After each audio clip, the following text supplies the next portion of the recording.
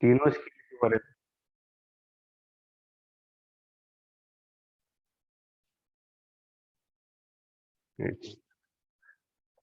29, 30 और 31।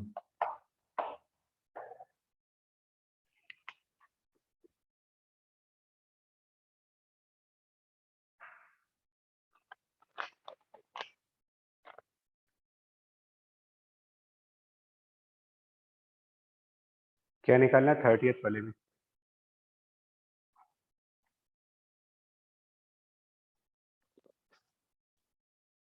30th वाले में क्या निकालना है?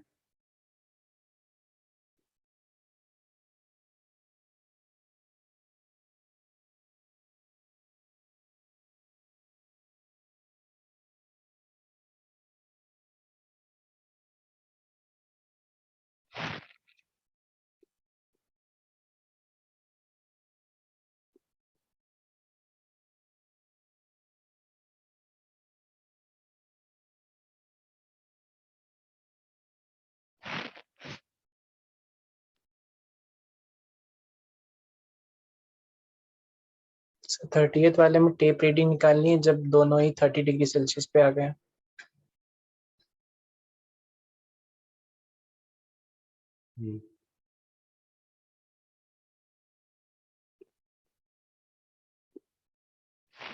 कैसे करोगे, कुछ आइडिया दो।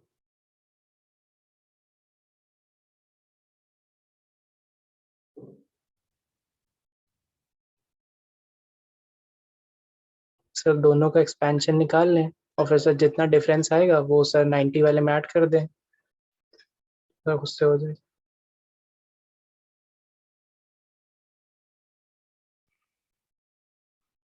डिफरेंस नहीं होगा ये।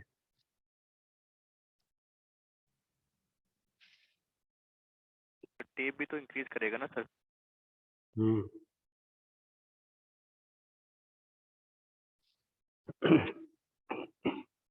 जैसे कोई भी स्केल की रीडिंग लेने का तरीका क्या होता है?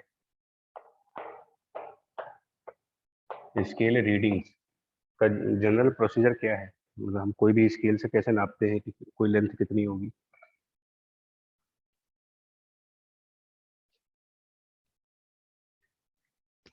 तो ऐसे ही तो करते हैं ना, जैसे कि हमारा जो बेसिक तरीका होता है स्केल को रीड करने का, किसी भी स्केल को रीड करने का जो तरीका है वो यही है कि कोई अगर एक स्केल है और मान लो हम कोई एक लेंथ मेजर कर रहे हैं,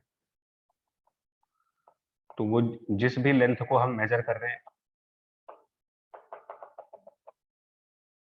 वो लेंथ स्केल के 0 से स्टार्ट करके, और मान लेते हैं जो स्केल का 25th डिवीजन है सपोज, फॉर एग्जांपल कि जो हमारी लेंथ है वो 0 से और 25 डिवीजन के बीच में चली गई, तो जो हमारी रीडिंग्स होती हैं वो नॉर्मली ये कहते हैं कि इसका मतलब जो रीडिंग आएगी वो आएगी 25, जिस डिवीजन पे हमारा लेंथ खत्म होता है, और multiplied by least count of that instrument. Meter scale के केस में ये 1 मिलीमीटर हो जाएगा। यही तरीका चाहे इसमें है, चाहे वर्नियर में, चाहे स्क्रू गॉज में।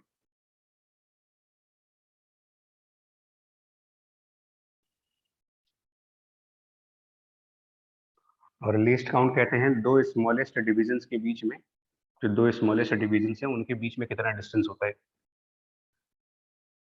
तो एक नॉर्मल नॉर्मल मीटर स्केल में दो स्मॉलेस्ट डिविजन्स के बीच में गैप कितना होता है, gap between the two smallest divisions. तो in normal metre scale the gap between two small divisions is actually 1 millimetre. तो 1 मिलीमीटर को लीस्ट काउंट कह के और जिससे कोइंसाइड करता है उसको मल्टीप्लाई करके रीडिंग निकालते हैं। जब यही स्केल एक्सपेंड कर जाएगी, थर्मल एक्सपेंशन से जब ये स्केल एक्सपेंडेड होगी, तो एक्सपेंडेड स्केल का मतलब क्या होगा? एक्सपेंडेड स्केल में जो हमारे डिविजन्स हैं वो थोड़े से दूर दूर हो जाएंगे। मतलब जितने गैप पर दो डिविजन्स थे वो गैप बढ़ जाएगा, क्योंकि ये गैप जो 1 मिलीमीटर है वो 1 मिलीमीटर प्लस समथिंग हो जाएगा, और ये नया गैप थर्मल एक्सपेंशन वाले फॉर्मूले से लिखेंगे तो ये लिखेंगे 1 millimetre into 1 plus alpha of scale multiplied by delta T. इतना इतना नया गैप आएगा बिटवीन द टू डिविजन्स।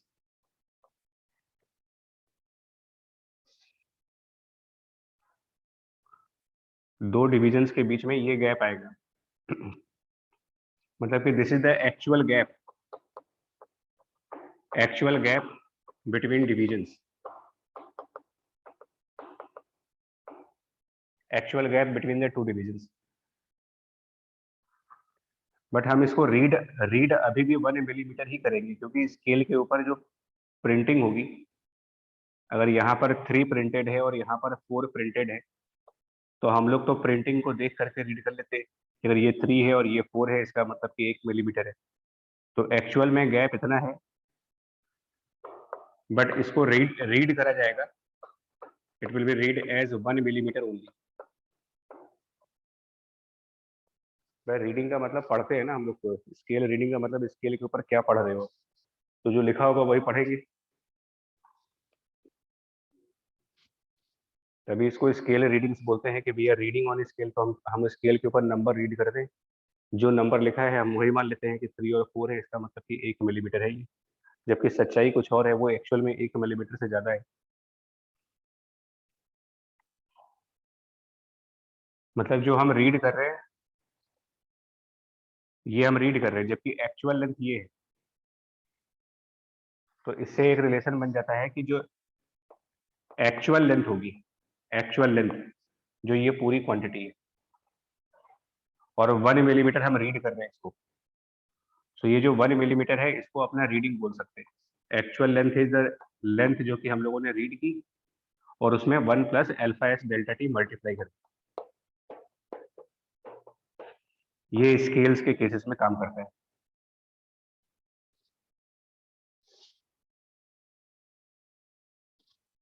या इसको सिंपल वे में ये भी बोल सकते हैं कि जो लेंथ हम रीड करेंगे वो हो जाएगी actual length divided by 1 plus alpha of scale into delta T.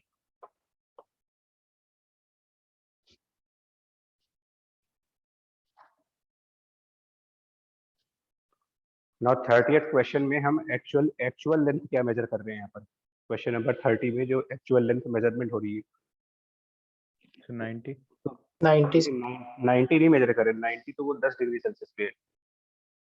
Measurement जिस टेम्परेचर पे कर रहे हो, मेजरमेंट करें 30 डिग्री टेम्परेचर पे, और हम कॉपर की रॉड मेजर कर रहे हैं। तो कॉपर की जो रॉड होगी वो 30 डिग्री सेल्सियस पर, आप 30 डिग्री सेल्सियस पर जब मेजरमेंट करोगे तो जो कॉपर की लेंथ होगी, length of the copper 30 degree पे, वो तो होगी लेंथ जो 10 डिग्री सेल्सियस पे थी, into 1 plus alpha of copper into delta T.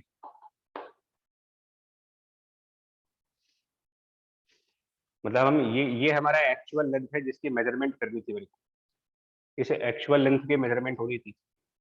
तो नाउ लेंथ जो रीड करेंगे हम वो लिखेंगे actual length of object under measurement. Actual length of object under measurement ये है, length at 10 degree Celsius times 1 plus alpha of copper into delta T, and divide करेंगे इसको 1 plus alpha S delta T. ये final हमारा answer बनेगा।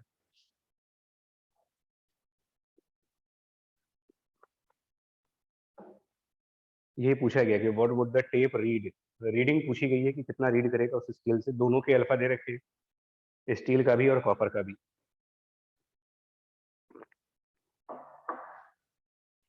इसी के ऊपर 29th भी है, सेम कंसेप्ट के ऊपर 29th है, और इसी के ऊपर 31 भी है।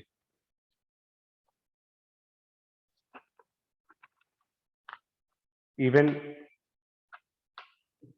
38 भी इसी कंसेप्ट के ऊपर है। क्वेश्चन 38 भी सिमिलर स्केल रीडिंग्स के ऊपर है।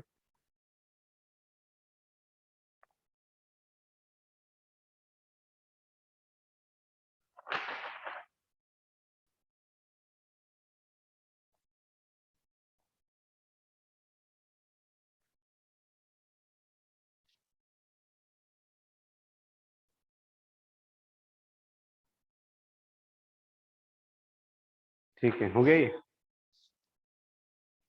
Yes sir. Yes sir. Total 5 topic कल हम लोगों ने लिखे थे। एक तो स्केल रीडिंग लिखा था, दूसरा क्या लिखा था हम लोगों ने जिसके ऊपर क्वेश्चन बनते थे, उन्हें कहा था 5 टाइप के क्वेश्चन आएंगे इसमें। बुओयंसी लिखा। बुओयंसी, उसके अलावा ठीक है, बुओयंसी पे देखते जरा, इसमें है असाइनमेंट में क्वेश्चन उसके लिए। एक वो था कि लिक्विड को कंटेनर में डाल करके अगर एक्सपेंशन करें, yes sir, Yes, change sir. In free space. वो भी था। तो एक क्वेश्चन देखो, ये वाला करो।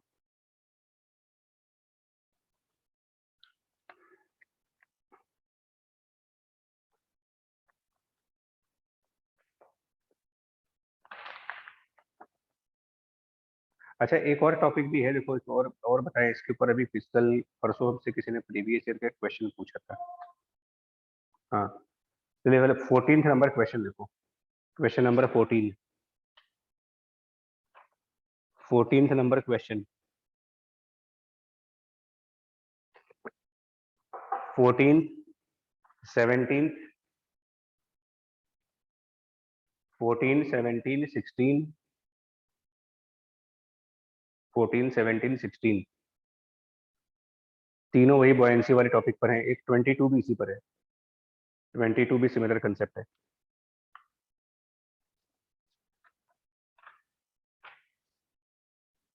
तब तक ये वाला पढ़ो क्वेश्चन। 14 वाला जरा रीड करो क्वेश्चन। 14 क्वेश्चन रीड करके देखो क्या पूछा गया उसमें, क्या गिवन है और क्या पूछा गया है। 14 नंबर।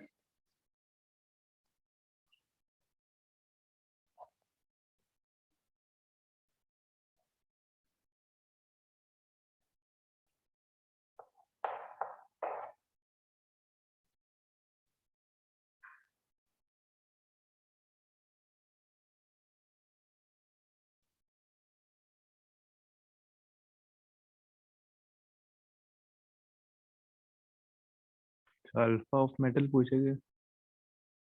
हाँ, और इस क्वेश्चन में जो मेनली बात की गई है, जो मेन कंसेप्ट है कि बॉडी का वेट, किसी भी बॉडी का वेट एयर में और लिक्विड में डिफरेंट क्यों आता है। मतलब जो कंसेप्ट है इस क्वेश्चन में, पहले कंसेप्ट सर्च करो क्या है। किसी भी बॉडी का वेट जब लिक्विड में मेजर करते हो,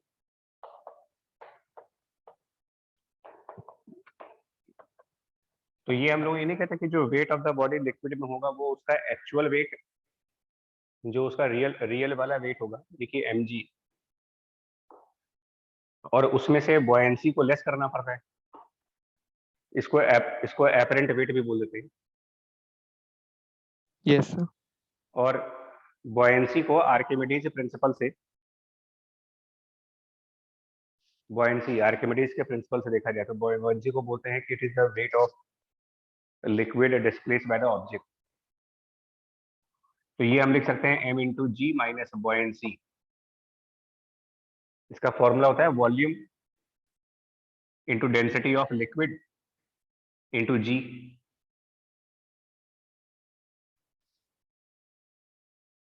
और इसमें ये वॉल्यूम किस चीज का होगा, जो बॉयंसी निकालने में वी रो जी का फॉर्मूला लगा रहे हैं, उसमें वॉल्यूम किस चीज का रखते हैं।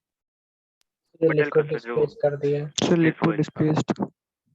लिक्विड डिस्प्लेस का है, या फिर यूं कह दोगे जितना सबमर्ज है बॉडी। अगर कोई बॉडी फुल्ली सबमर्ज है, पूरा पूरा डूबा हुआ है पानी में, तो ये वॉल्यूम हमारे इस बॉडी का होगा। मतलब वॉल्यूम ऑफ दिस बॉडी, इसको बी लिख दे रहे हैं। वॉल्यूम बॉडी का जब वो कंप्लीटली सबमर्ज होगा, और डेंसिटी लिक्विड की, इसको एपरेंट वेट भी बोल देते हैं। अब क्योंकि इसमें वॉल्यूम का टर्म है और डेंसिटी का टर्म है, और ये दोनों ही चीजें थर्मल एक्सपेंशन में चेंज होती है। मतलब टेम्परेचर बदलने से वॉल्यूम भी बदलता है और टेम्परेचर बदलने से डेंसिटी भी बदलती है। और यही वजह है कि टेम्परेचर बदलने से लिक्विड के अंदर बॉडी का वेट बदल रहा है। तो मैं तुम्हें हिंट दे रहा हूं। सबसे पहले अगर हम पूछे कि weight of body in air, तो weight of the body in air वो तो सिंपल m इंटू जी होगा। फिर कहा जाए कि weight in liquid at T1 degree Celsius, और फिर कहा जाए weight in the liquid at T2 degree Celsius. तो weight in the liquid at T1 degree Celsius जब जाएंगे तो हम यही वाला कंसेप्ट यूज कर लेंगे। इसमें लिखेंगे m into g minus volume of the body at T1 degree Celsius, density of liquid at T1 degree Celsius into g. और उसी में जब T2 डिग्री सेल्सियस पे जाएंगे तो ये क्वांटिटी हमारी m इंटू जी है। Now the volume at T2 degree Celsius into density of liquid at T2 degree Celsius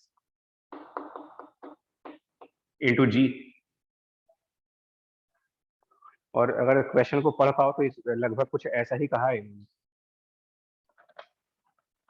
14th वाले में कैलकुलेशन छोड़ के अगर देखा जाए, ये क्वांटिटी 46 ग्राम दी गई है।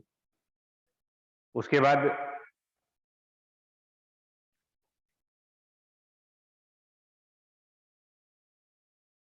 थर्ड 27 डिग्री सेल्सियस पर, 27 डिग्री सेल्सियस पर ये पूरी वैल्यू 30 ग्राम आ रही है, पूरी क्वांटिटी 30 ग्राम है।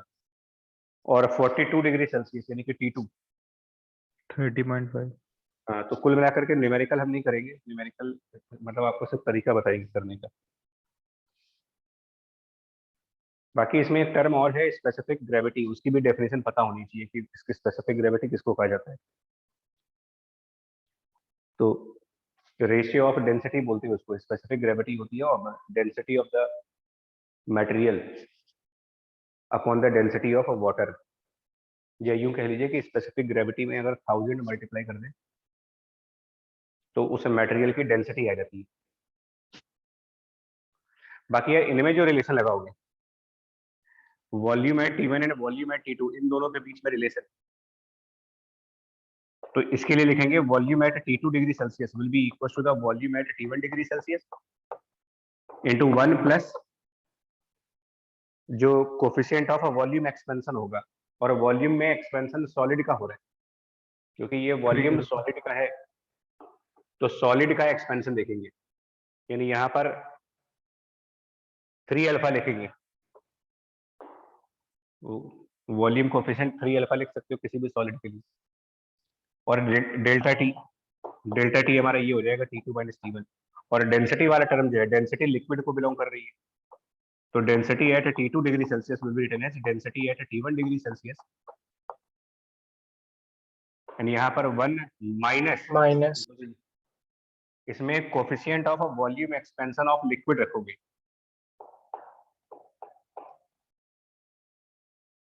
तो इनका काम है इसमें।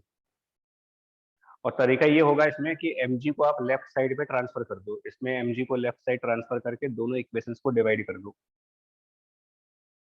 उससे कैलकुलेशन करना आसान हो जाता है। बिकॉज जब mg को लेफ्ट साइड पे ट्रांसफर कर देंगे, mg on left side and then division करेंगे, तो हमें इन दोनों वॉल्यूम का रेशियो बनेगा। और दोनों वॉल्यूम के रेशियो को ये लिख सकते हैं। ऐसे ही दोनों डेंसिटी का रेशियो बनेगा। तो कुल मिलाकर के ये चीज कुछ ऐसी आएगी। जब इसको पूरा सिंप्लीफाई करेंगे तो ये कुछ ऐसा बनेगा। इसको इन फ्यूचर चाहो तो याद कर सकते हो तो ठीक है। इन दोनों इक्वेशन को जब सिंप्लीफाई करेंगे और mg को लिखते हैं वेट इन द एयर, तो concept is coming as weight in air minus weight in liquid T1 degree Celsius पे divided by weight in air minus weight in the liquid at T2 degree Celsius. इन दोनों equations को divide कर रहे हैं और mg को replace करके वेट इन एयर कर देते हैं, क्योंकि ज्यादातर क्वेश्चन ऐसे ही आते हैं। और इक्वल्स टू जब डिवीजन करेंगे तो volume at T1 upon volume at T2, तो volume at T1 upon volume at T2 में डिनोमिनेटर में हो जाएगा 1 प्लस 3 अल्फा डेल्टा टी, और न्यूमरेटर में density at T1 upon density at T2। तो ये चीज भी डिनोमिनेटर में आएगी, बट एक्चुअली डिनोमिनेटर में जो टर्म आएगा हमारे पास, डिवाइड करेंगे तो डिनोमिनेटर में 1 माइनस गामा डेल्टा टी आएगा, उसको न्यूमरेटर में दिस टू द पावर -1 कर सकते हैं। और क्योंकि गामा और अल्फा बहुत छोटी वैल्यूज होती है, इवन अगर आप बुक में भी देखोगे ना, बुक्स में भी देखो जो क्वेश्चन दिया है, तो जहां कहीं भी अल्फा दिया होगा वो 10⁻⁻⁴ और 10⁻⁻⁵ के ऑर्डर मिलते हैं। तो ऊपर हम बाइनोमियल अप्रोक्सीमेशन यूज कर सकते हैं, बिकॉज गामा बहुत छोटा नंबर है, ये -1 हटा देंगे और आफ्टर बाइनोमियल अप्रोक्सीमेशन ये प्लस बन जाएगा। तो इसे जैसे स्केल रीडिंग का फॉर्मूला बना रहे हैं, वैसे ही वेट मेजरमेंट का भी इसको फॉर्मूला कह सकते हो। बट दूसरी अप्रोच यही है कि हम सबके लिए फॉर्मूले बना लें, स्केल मेजरमेंट का एक फॉर्मूला, तो वेट मेजरमेंट के दूसरे फॉर्मूले होंगे।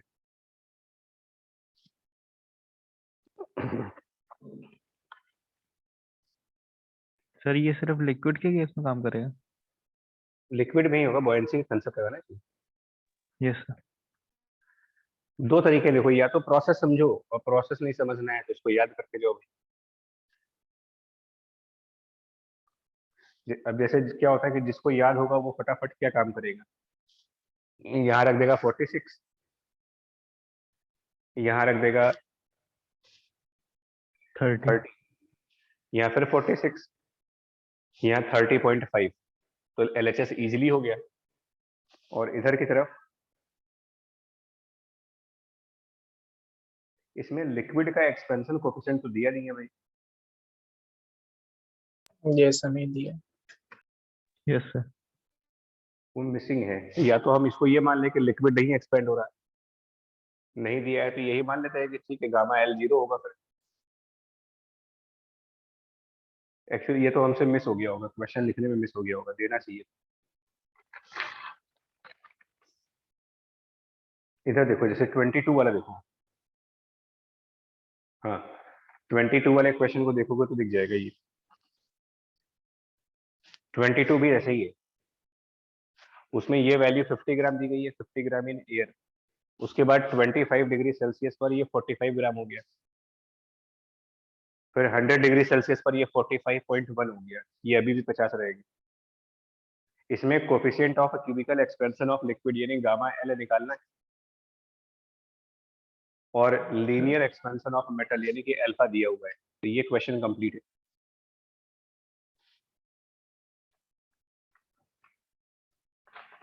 ठीक है, 22 क्लियर, मतलब ये वाला, ये कंसेप्ट, दूसरा कंसेप्ट बॉयंसी वाला। Yes yes sir. इसमें एक और बात है, 17 नंबर जो क्वेश्चन है,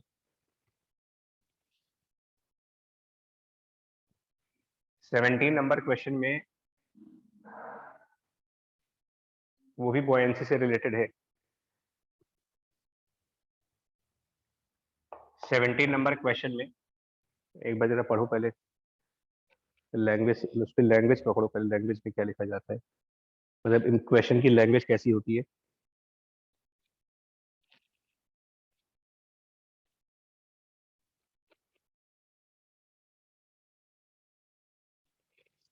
तो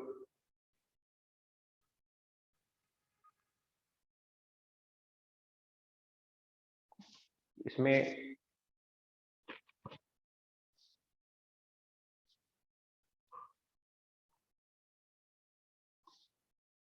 पढ़ लिया क्वेश्चन? Yes sir. ठीक, तो इसमें फ्रैक्शंस की बात की गई है ना, कुछ ऐसा, मतलब जो पढ़ा होगा तो आपको समझ में आ रहा होगा कि फ्रैक्शंस की कुछ बात की जा रही है। Yes sir. तो इसका भी कंसेप्ट देखो, जैसे अगर कोई ऑब्जेक्ट है, मान ले अगर कोई भी एक ऑब्जेक्ट है जिसका टोटल वॉल्यूम V है, object of total volume V, और हो सकता है कि ऑब्जेक्ट की डेंसिटी ज्यादा और हो क्या सकता है, क्वेश्चन में अगर आप ध्यान से पढ़े तो मेटल की बात की गई है। मेटल भारी होता है और मरकरी हल्का होता है, तो जब कोई भारी चीज हल्के लिक्विड में जाएगी तो वो थोड़ा सा ही सबमर्ज हो पाएगी, यानी कि इस ऑब्जेक्ट में थोड़ा सा पार्ट इसका पानी में होगा, लिक्विड में होगा कुछ पार्ट, और बाकी कुछ पार्ट एयर में होगा। तो अगर हमसे कहा जाए कि let small f fraction of volume है, it is the fraction of total volume, small f fraction of total volume जो कि सबमर्ज है,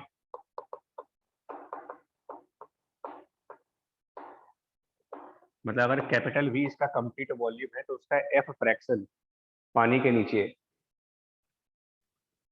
और अगर ये बॉडी फ्लोट कर रही है तो फ्लोट करने का सीधा सा मतलब होता है कि इसको इक्विलिब्रियम पे रखो। इक्विलिब्रियम पे रखने का मतलब हुआ, इक्विलिब्रियम पे रखने का मतलब ये हुआ कि इसके में जो बॉयंसी और वेट है उनको बराबर कर लेते। तो इसका जो वेट होगा, वेट ऑफ दिस बॉडी, वो लिखेंगे टोटल वॉल्यूम, या वेट ऑफ द बॉडी को लिख सकते हैं mass of the body into g, सीधा सीधा mg। और बॉयंसी जब लिखेंगे तो बॉयंसी डिस्प्लेस लिक्विड के हिसाब से आएगी, और डिस्प्लेस लिक्विड सबमर्ज वॉल्यूम पे डिपेंड करेगा। तो अगर स्मॉल f हमारा फ्रैक्शन है of this volume, total volume का f फ्रैक्शन पानी में है, तो f into v submerge volume into density of liquid into g. ये बेसिक फ्लूइड मैकेनिक्स हो गई जिसमें फ्लोटेशन का कंडीशन चल रहा है, और इतनी फ्लूइड मैकेनिक्स सबको आती है कि बॉयंसी और वेट। तो इससे फ्रैक्शन का जो फॉर्मूला बनता है, इवन ये फॉर्मूला तो खैर क्लास 9th में भी बता दिया जाता है कि जो फ्रैक्शन होता है वो रिलेटिव डेंसिटी आती है। फिर भी अगर हम यहाँ से सॉल्व करें तो जो फ्रैक्शन आ रहा है वो आ रहा है m divided by v into rho of l। ये हमारा फ्रैक्शन बन रहा है।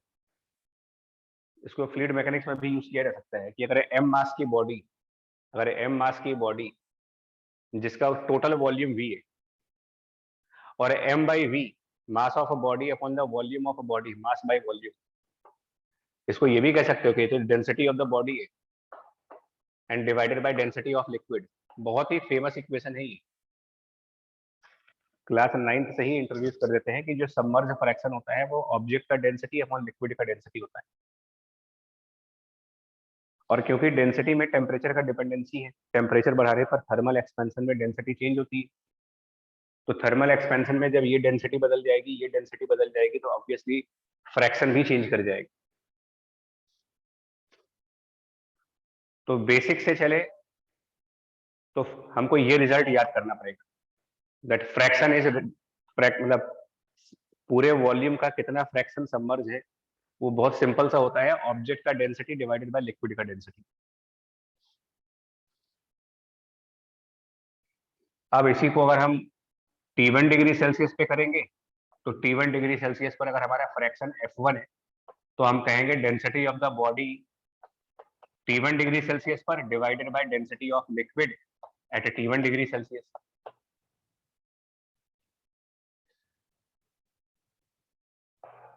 और अगर यही फ्रैक्शन हम T2 डिग्री सेल्सियस पर निकालें, now the same fraction F2 at T2 degree Celsius, तो density of the body at T2 degree Celsius upon density of liquid at T1 degree Celsius. बाकी ये आसान है इसके बाद, बट आसान उनके लिए है जिनको ये फॉर्मूला डायरेक्टली यूज करना आता हो, नहीं तो पता चला इसको पहले डिराइव करने बैठे हो। And now we can write F1 by F2 as, जो density of a body T2 का है इसको हम हटा सकते हैं, इसको लिख सकते हैं density of the body at T1 into 1 minus gamma of the body and change of temperature.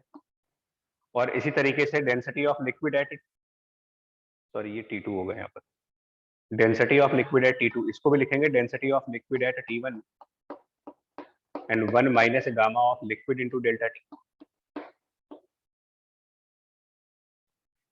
तो हमारा F1 बाई F2 जब करेंगे, जब डिवीजन करेंगे इन दोनों को, तो ये आंसर आ जाएगा 1 minus gamma liquid into delta T divided by 1 minus gamma of the body into delta T. और जरूरत पड़ने पर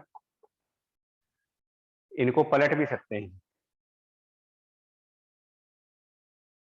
जरूरत पड़ने पर इसको हम ऐसे भी कह सकते हैं 1 plus gamma liquid delta T to the power -1। Binomial approximation अब रिवर्स डायरेक्शन में लगा रहे हैं, और जरूरत पड़ने पर इसको लिख सकते हैं 1 plus gamma B into delta T to the power -1, क्योंकि कभी कभी क्या होता है कि ऑप्शंस हो सकता है हमारे जो ऑप्शंस हो वो इस फॉर्म में ना हो, तो इसको हम लिख सकते हैं it is equal to 1 plus gamma of the body into delta T divided by 1 plus gamma liquid delta T. मतलब अगर माइनस के फॉर्म में लिखेंगे तो ऊपर लिक्विड है नीचे बॉडी है, और प्लस के फॉर्म में लिखेंगे तो ऊपर बॉडी है नीचे लिक्विड है, दोनों एक ही रिजल्ट हैं। ये सिर्फ बाइनोमियल थ्योरम यूज की जाती है। तो कभी ऑप्शंस में ये हो सकता है, कभी ऑप्शन में ये हो सकता है, या हो सकता है मोर देन वन करेक्ट में दोनों ही चीजें हो, तो ये भी सही आंसर है, ये भी सही आंसर है।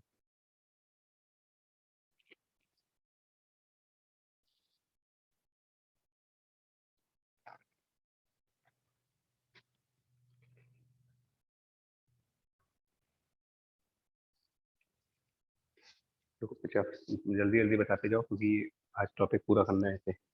कुछ पूछना है तो Yes, पूछिए, sir. डाउट है तो वो बताओ। नो ये सर। ठीक है, यहाँ तक क्लियर हो गया।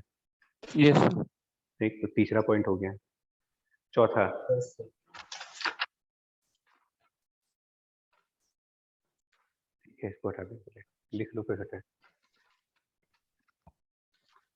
हो गया सर। ठीक, चौथा जो है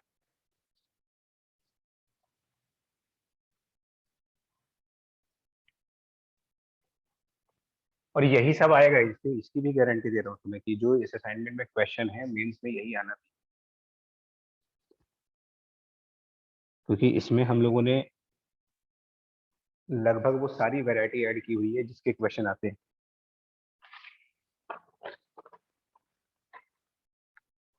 15th वाला एडवांस करते क्यों ना? हैं 15th वाला एडवांस में आया था ना शायद। 15 वाला, यस सर। 15 वाले का कंसेप्ट बता रहे हैं, 15 वाले का भी कंसेप्ट डिस्कस कर रहे हैं। हाँ, ये आया हुआ है, लेकिन पहले आया था इधर, रिसेंट में तो मुझे नहीं पता। यस सर, सर रिसेंट में तो ज्यादा क्वेश्चन नहीं थे थर्मल एक्सपेंशन के, पहले मेंस में आते हैं, मेंस में आया हुआ है ये 15 वाला, इसी में से आएगा। आप ये लिखवा लो यार, इस एक क्वेश्चन इसके बाहर नहीं जाना, गारंटी बोलो, एक क्वेश्चन नहीं बाहर आएगा। खाली ये असाइनमेंट पूरी कर लो, अपना काम खत्म। ये असाइनमेंट और पीवाईक्यू बस। देखो 15th क्वेश्चन के पीछे का कंसेप्ट क्या है, concept for the 15th number question, क्योंकि एक्चुअली थर्मल एक्सपेंशन में कोई भी कंसेप्ट अपना खुद का नहीं होता। थर्मल एक्सपेंशन में जो भी कंसेप्ट लग रहे होते हैं वो एक्चुअल में किसी और चैप्टर के होते हैं। बुआयंसी फ्लूइड का चैप्टर है, स्केल मेजरमेंट तो जैसे वो लीस्ट काउंट का कंसेप्ट हो गया उसमें, ऐसे ही यहाँ पर कंसेप्ट ये है। फ्लूइड मैकेनिक्स में ऐसा कहा जाता है कि जैसे अगर हमारे पास कोई लिक्विड है, आइडियल लिक्विड, एक आइडियल लिक्विड की अगर हम बात करें और फ्लूइड मैकेनिक्स की बात करें, और अगर हमने किसी जगह पर लिक्विड को फिल किया हुआ है इस तरीके से, यहाँ पर यहाँ पर यहाँ पर लिक्विड फिल किया हुआ है, तो फ्लूइड मैकेनिक्स में एक बात कही जाती है कि अगर ये स्टैटिक कंडीशंस हो हमारी, मतलब कि अगर हाइड्रोस्टैटिक का केस चल रहा हो, यानी कि लिक्विड एट रेस्ट हो,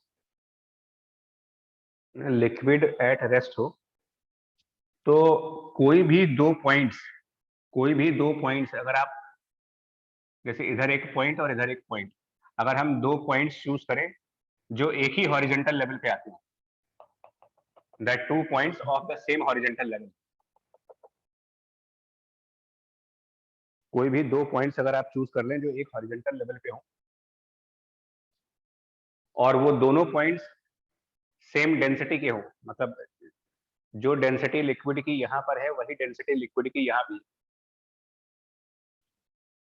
सेम प्रेशर बनता है, तो ये प्रेशर, हाँ, तब कहा जाता है कि इन दोनों के प्रेशर बराबर होंगे, मतलब pressure at A equal to pressure at B.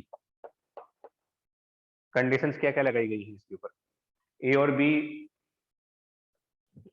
Same एक ही फ्लूइड होना चाहिए। सेम हॉरिजॉन्टल लेवल पे होने चाहिए, मतलब किसी एक के रिलेटिवली दूसरा पॉइंट ऊपर या नीचे नहीं होना चाहिए, और लिक्विड की डेंसिटी पॉइंट ए पर और लिक्विड की डेंसिटी पॉइंट बी पर भी सेम होनी चाहिए, मतलब ए और B same density same liquid के पॉइंट्स होने चाहिए। तो ऐसा कहा जाता है कि P A equal to P B, और लिक्विड हाइड्रोस्टैटिक कंडीशन में हो, क्योंकि हाइड्रोडायनेमिक्स में एक्चुअली हाइड्रोडायनेमिक्स में दो पॉइंट्स के प्रेशर्स को रिलेट करने के लिए, जैसे हम कह रहे हैं कि ये दो पॉइंट एक ही हॉरिजॉन्टल लेवल पे हैं, तो प्रेशर्स बराबर है क्योंकि ये स्टैटिक है। नहीं तो उसी फ्लूइड मैकेनिक्स में एक और बात कही जाती है कि अगर मान लो कोई एक पाइप है, हॉरिजॉन्टल पाइप, और उसमें लेफ्ट साइड का एरिया अलग है और राइट वाले साइड का एरिया अलग है, और इसमें से लिक्विड का फ्लो हो रहा हो, यहाँ पर लिक्विड फ्लो करे, तो यहाँ पर अगर हम दो पॉइंट्स चूज कर लें ए और बी, जो एक ही लेवल पर हैं, A and B are two points present on the same level, और ये सेम डेंसिटी के भी, लेवल भी सेम है, डेंसिटी भी सेम है, उसके बावजूद भी प्रेशर एट ए और प्रेशर एट बी सेम नहीं आएगा। तो ये मतलब ये लिक्विड रेस्ट की कंडीशन में नहीं है, ये लिक्विड फ्लो करने की कंडीशन में है, और ऐसे केसेस में बर्नौली थ्योरम लगाई जाती है यस सर। कि प्रेशर एट ए और यहाँ पर लिक्विड की speed v1 plus half rho v1 square equal to pressure at B and plus half rho speed at B.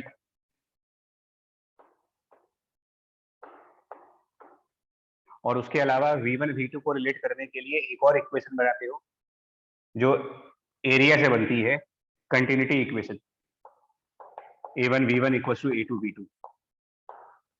तो इसीलिए बोल रहा हूँ कि ये असर्शन रीजन के हिसाब से भी देखो, ट्रू फॉल्स के हिसाब से भी देखो, या जैसे भी, मतलब अगर कोई कहे कि is it necessary that pressure at two points on the same horizontal level will be always equal, मतलब नेसेसरी कंडीशन है या फिर ये किसी स्पेसिफिक कंडीशन का रिजल्ट है? स्पेसिफिक कंडीशन रिजल्ट है, स्पेसिफिक कंडीशन। और क्या स्पेसिफिक हाइड्रोस्टैटिक्स कंडीशन में होनी होता है खाली। चाहिए? स्पेसिफिक कंडीशन क्या होनी चाहिए?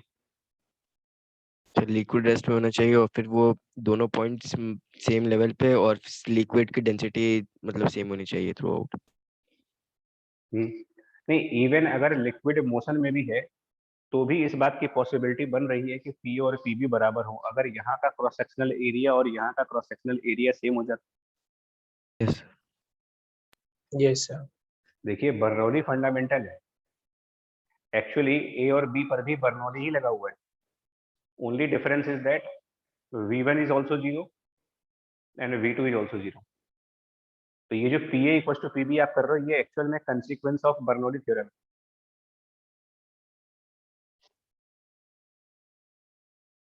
अगर कोई मान लीजिए यही पाइप जो नैरो हुई थी, यही नैरो पाइप आगे चल करके फिर वाइड हो जाए, और एक तीसरा पॉइंट सी आ जाए जहां पर उतना ही एरिया हो जितना कि पॉइंट ए पर है, जो एरिया ए पर है वही एरिया पॉइंट सी पर आ जाए, फिर से वापस एरिया ए हो गया। तो pressure at C and pressure at point A, अब इनमें क्या रिलेशन बोलोगे? ये सेम लेवल पर है, लिक्विड रेस्ट पर भी नहीं है, बट अब हम कहेंगे कि ए और सी के प्रेशर्स बराबर है, क्योंकि यस सर। जब बर्नौली लगाएंगे, actually equation of a continuity velocity को एरिया से रिलेट करता है। तो अगर यहाँ वाला एरिया और यहाँ वाला एरिया सेम है तो जिस स्पीड पर यहाँ होंगे वही स्पीड यहाँ भी हो जाएगी, और जब स्पीड वाला फैक्टर दोनों का सेम है और लेवल एक ही है, ये बार बार स्टेटमेंट में क्यों कह रहा हूँ कि दोनों का लेवल एक होना चाहिए, क्योंकि बर्नौली इक्वेशन में एक्चुअल में 3 टर्म्स होते हैं। बर्नौली की जो इक्वेशन दी गई थी फ्लूइड मैकेनिक्स में, उसमें एक टर्म प्रेशर का था, एक term half rho V square का था, और एक और टर्म इसमें होता था रो जी एच, और इन तीनों का समेशन कांस्टेंट कहा जाता है। बर्नौली में ये चीज कांस्टेंट कही जाती है। अब होता क्या है कि जब दो पॉइंट्स आप एक ही लेवल पे ले लेते हो, पॉइंट ए और पॉइंट सी का लेवल सेम हो जाता है जब, तो ये हाइट वाला फैक्टर पॉइंट ए के लिए और हाइट वाला फैक्टर पॉइंट सी के लिए एक ही आएगा। इसीलिए हम डायरेक्ट ये लिख देते हैं कि P plus half rho V square constant आएगा, बिकॉज H तो वैसे भी कॉन्स्टेंट है।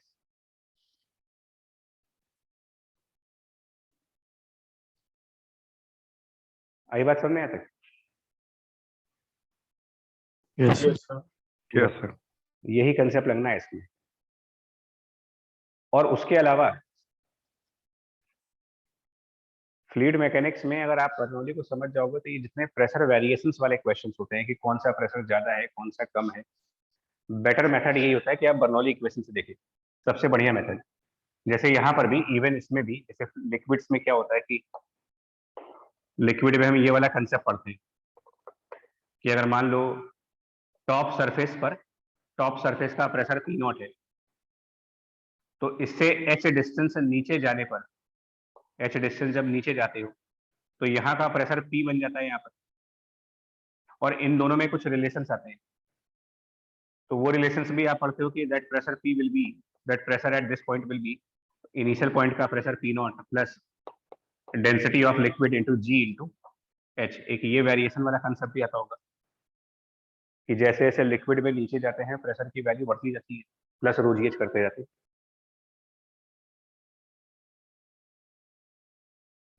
ये सारे कंसेप्ट क्लियर हैं अभी, बर्नौली और ये सारे पॉइंट जो है? Yes sir. Yes sir. Yes, sir. अभी ठीक, अब इस क्वेश्चन में आओ। इस क्वेश्चन में बेसिकली इन सबको मिला करके लगाना है। ये सारे छोटे छोटे पॉइंट्स इस क्वेश्चन में ऐड हो गए। कैसे लगना है देखो। तो एक्चुअल में थर्मल एक्सपेंशन से ये टॉपिक क्यों जुड़ा हुआ है, ये टॉपिक थर्मल एक्सपेंशन से क्यों लिंक किया गया? इसमें ऐसा कौन सा टर्म आप देख रहे हो जो थर्मल एक्सपेंशन में चेंज होने वाला है? Density. डेंसिटी। क्योंकि डेंसिटी टेम्परेचर के साथ चेंज होती है, इसीलिए इस टॉपिक को थर्मल एक्सपेंशन से अटैच कर दिया जाता है। यानी कुल मिलाकर के टेम्परेचर बढ़ने पर डेंसिटी बदलेगी तो प्रेशर के चेंज करने का तरीका बदल जाएगा।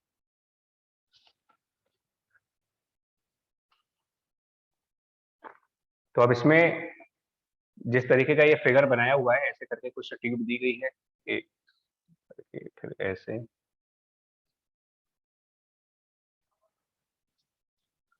एंड देन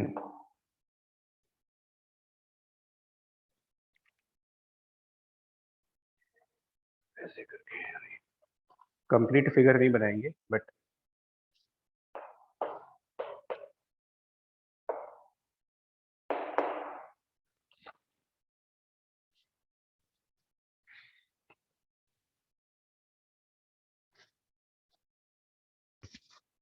जो ए वाली साइड है, इसमें जो इधर ए वाली साइड है, उसके सबसे टॉप मोस्ट पॉइंट पर, जो सबसे टॉप मोस्ट पॉइंट है यहाँ पर प्रेशर को हम P नॉट मान सकते हैं या एटमॉस्फेरिक मान सकते हैं, क्योंकि सबसे ऊपर तो एटमॉस्फेयर ही आएगा। असाइनमेंट तुम्हारे सामने भी होगी, क्वेश्चन का फिगर आपके सामने होगा। ए वाले की बिल्कुल बॉटम पॉइंट पर प्रेशर क्या लिखोगे? Pressure at the bottom point of A, pressure at bottom point of A. और ये हाइट दी हुई है क्वेश्चन में, ये हाइट 52.8 सेंटीमीटर है, इसको हम H1 मान लेते हैं सपोज। और इसमें जो लिक्विड है वो 95 डिग्री सेल्सियस का है। तो जब यहाँ पर लिक्विड 95 डिग्री सेल्सियस का है, तो इसमें जो लिक्विड होगा उसकी डेंसिटी 95 डिग्री सेल्सियस वाली रखी जाएगी। यहाँ पर डेंसिटी 95 डिग्री सेल्सियस वाली होगी। और अगर सबसे ऊपर का प्रेशर P है, तो बॉटम साइड का प्रेशर हो जाएगा P plus density of liquid coming at 95 degree Celsius into G into this height H1, ये लिखेंगे।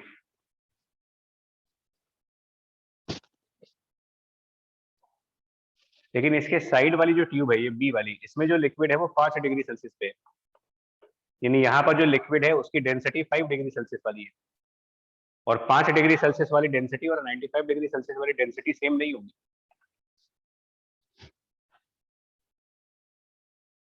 ऐसे में क्या ये कहा जा सकता है कि बी के बिल्कुल बॉटम मोस्ट पॉइंट, यहाँ पर, यहाँ वाला पॉइंट जो बी का बॉटम मोस्ट पॉइंट है एट दिस पॉइंट, और ए का जो बॉटम मोस्ट पॉइंट है, ये दोनों पॉइंट्स सिमिलर प्रेशर पे होंगे, यस सर। कह सकते हैं। Yes sir. ठीक, और क्या इंफॉर्मेशन है? हम्म,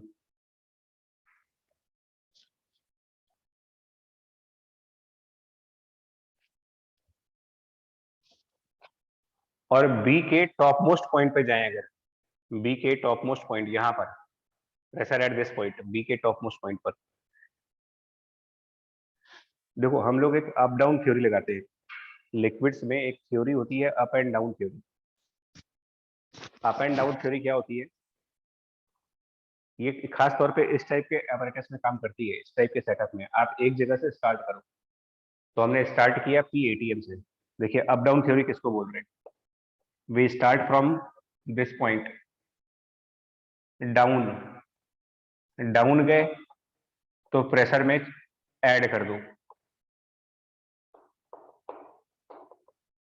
यहां से डाउनवर्ड गए तो प्रेशर बढ़ गया, फिर हॉरिजेंटल गए, कुछ नहीं हुआ, फिर ऊपर आए यहां पर। तो जब डाउनवर्ड जाने में प्रेशर में प्लस करेंगे तो अपवर्ड जाने में प्रेशर में माइनस करेंगे, तो इसमें हमने माइनस किया। नाउ डेंसिटी 5 डिग्री सेल्सियस की G इंटू ये वाली हाइट गिवन है, सपोज ये H2 गिवन है, तो फिर बोल रहा हूँ यहाँ से जैसे किरचॉफ लूप इक्वेशन बनाते हैं वैसे चल, यहाँ से स्टार्ट किया, डाउन जाने पे प्लस और अप जाने पर माइनस। ये हॉरिजेंटल जा रहे हैं, इसको छोड़ दी, अप गए माइनस, फिर हॉरिजेंटल गए कुछ नहीं, फिर डाउनवर्ड गए, फिर प्लस डेंसिटी। अब ना यहाँ पर टेम्परेचर क्या दिया हुआ है? इस कॉलम का टेम्परेचर 95। 95 है, तो plus density eight 95 degree Celsius into G into H2, H2 क्योंकि ये हाइट भी H2 है। फिर हॉरिजेंटल गए, छोड़ दिया, फिर ऊपर गए, फिर जब ऊपर जा रहे तो ये 5 डिग्री सेल्सियस पे है और ये उसी लेवल तक जा रहे थे। एक मिनट, नहीं अलग है सर। इधर H3 है, तो plus density at 5 degree Celsius, नहीं ऊपर जाएंगे तो माइनस होगा, minus into H3, and ultimately we are back to the atmosphere. We started from atmosphere and up down theory के बाद we are again into the atmosphere. So this complete term should be equals to PATM। ये सबसे easiest method होता है pressures को relate करने का। Start from any one point in the atmosphere, start from any one point in the atmosphere and up and down liquid में करते हुए, लिक्विड में अप डाउन करके वापस एटमॉस्फेयर में निकल जाओ। जहां डाउन जाइए वहां पर प्लस करिए, जहां अप हो जा रहे हैं वहां माइनस कर दीजिए, and ultimately your final pressure will be same as the initial pressure. ये कुछ वैसा ही हुआ जैसे किरचॉफ ने सर्किट्स में कहा था कि अगर आप अपना लूप कंप्लीट कर देते हो तो sum of all potential differences zero हो जाएंगे। तो हम ये कह रहे हैं कि अगर हम एटमॉस्फेयर के एक पॉइंट से एटमॉस्फेयर में ही दूसरे पॉइंट पर जाएं, तो जिस रास्ते से आप जाओगे उस रास्ते में जितने भी प्रेशर वेरिएशंस होंगे प्लस या माइनस में, उन सबका समेशन जीरो आएगा।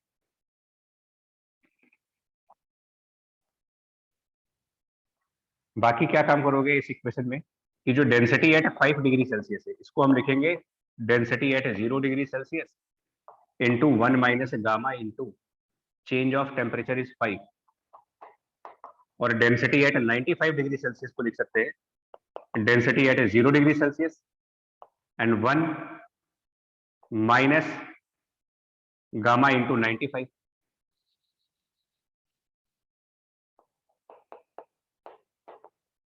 इसका यूज कर लेंगे इसमें।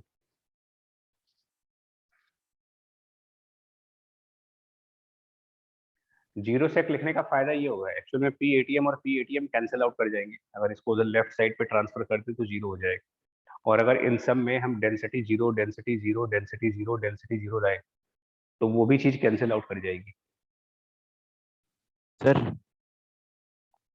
सर एक चीज पूछनी थी सर, अप डाउन थ्योरी में सर तब लगाते थे कि मतलब थ्रू आउट द लिक्विड की डेंसिटी सेम रहे। ना रहे कोई दिक्कत नहीं है ना। हम तो देखिए, दुनिया में कहीं भी दो पॉइंट्स का प्रेशर बराबर हो चाहे ना हो, बट दो पॉइंट जो एटमॉस्फेयर में है उनमें तो प्रेशर बराबर होगा। Yes sir. तो हम उस सर झंझट से लेकिन बाहर निकल जाते हैं। देखिए, हम उस प्रॉब्लम से बाहर निकल रहे हैं जिस प्रॉब्लम में कंफ्यूजन है मेरे। लिक्विड्स में कंफ्यूजन है कि पता नहीं यहाँ का प्रेशर बराबर होगा कि नहीं होगा, ये सब डाउट्स है मेरे। तो हम ऐसा डाउट क्यों अपने पास रखें? हम कह रहे हैं कि ठीक है, एटमॉस्फेयर में दो पॉइंट्स हमेशा सेम प्रेशर पे होते हैं, तो हम क्या करेंगे, एटमॉस्फेयर के किसी भी एक पॉइंट से स्टार्ट करेंगे, अप एंड डाउन करके उसी एटमॉस्फेयर के दूसरे पॉइंट पे चले जाओ और प्रेशर्स को इक्वेट कर दो आप। यस इंटेंशन समझ में आई? Yes sir. सर अगर लिक्विड में होता तो नहीं करते हम लोग। नहीं करते तो हम ये अगर मगर वाली स्टोरी मत रखो ना। मैं ये तो कह रहा हूँ, क्यों रखते हो इसको? एक एम बनाओ कि प्रेशर वेरिएशन हम इसी से करेंगे।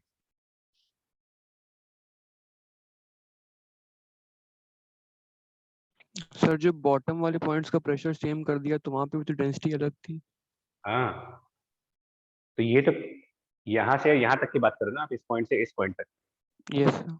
लेकिन यहाँ पर क्या बोल रहा हूँ, देखो यहाँ पर क्या है, ठीक है, इन दोनों पॉइंट्स में डेंसिटी में डिफरेंस है। यहाँ पर अलग डेंसिटी है, यहाँ पर अलग डेंसिटी, और वो डेंसिटी में डिफरेंस इसलिए है क्योंकि यहाँ पर लिक्विड का टेम्परेचर कुछ और है और यहाँ पर लिक्विड का टेम्परेचर कुछ और है। लेकिन क्या इस सेगमेंट में जो लिक्विड है स्टैटिक कंडीशन में है या फिर डायनेमिक कंडीशन में? स्टैटिक स्टैटिक कंडीशन में। तो न्यूटन लॉ के हिसाब से अगर कोई भी चीज स्टैटिक है तो उस पे नेट फोर्स 0 आना चाहिए। Yes sir. तो अगर इस हॉरिजॉन्टल सेगमेंट में जो लिक्विड होगा, हम उस लिक्विड का एक डिफरेंशियल पार्ट चूज कर लेते हैं, तो उस लिक्विड के डिफरेंशियल पार्ट पर जो फोर्स लेफ्ट साइड से लगेगी वही फोर्स राइट साइड से भी लगनी चाहिए पर, क्योंकि this differential part of liquid is at rest, और लिक्विड न्यूटन लॉ को फॉलो करते हैं। सॉलिड भी न्यूटन लॉ को फॉलो करते हैं, लिक्विड्स भी न्यूटन लॉ को फॉलो करते हैं। तो क्योंकि ये सेगमेंट स्टेशनरी सेगमेंट है, अनएक्सेलरेटेड है, कोई एक्सेलरेशन नहीं आ रही है, तो force from this side and force from this side same value की होनी चाहिए, विच मीन्स कि इधर का प्रेशर और इधर का प्रेशर बराबर होना चाहिए।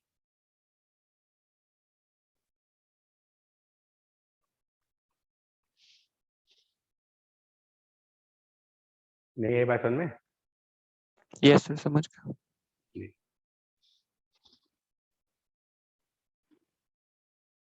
इनमें जब तक कनेक्शन नहीं बिठा पाओगे, मतलब जब तक ये नहीं समझ पाओगे कि थर्मल एक्सपेंशन से ये टॉपिक लिंक कैसे होगा, मतलब इस न्यूमेरिकल में, इस यूनिट में ऐसी कौन सी चीज दिख रही है जिसको थर्मल एक्सपेंशन में चार ही चीजें, चार क्वांटिटीज की बात होती है, लेंथ, एरिया, वॉल्यूम, डेंसिटी। तो फिजिक्स का कोई भी ऐसा चैप्टर, कोई भी ऐसा आर्टिकल जो इन चार क्वांटिटीज, जिसके फॉर्मूले में लेंथ आता हो, जिसके फॉर्मूले में डेंसिटी आती हो, जिसके फॉर्मूले में एरिया है, वॉल्यूम है, तो अगर फिजिक्स के किसी भी चैप्टर में कहीं भी फॉर्मूला देख रहे हो और उसमें ये सब चीजें हैं, तो इसका सीधा मतलब है कि इसका वो चैप्टर और वो टॉपिक थर्मल एक्सपेंशन से लिंक होगा।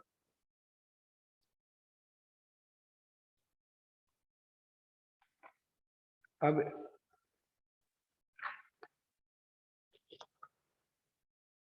और कौन सा यूनिट बचा था हमारा? 5 केसेस थे यार, एक और बचा था, पेंडुलम पेंडुलम वाला।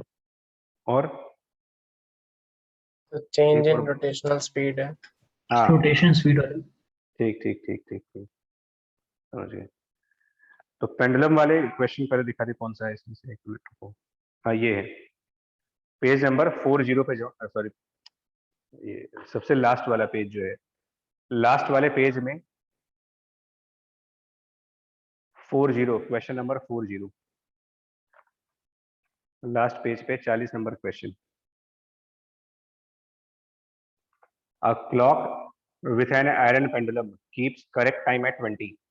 How much how much will it lose or gain if a temperature changes to 40 degree Celsius?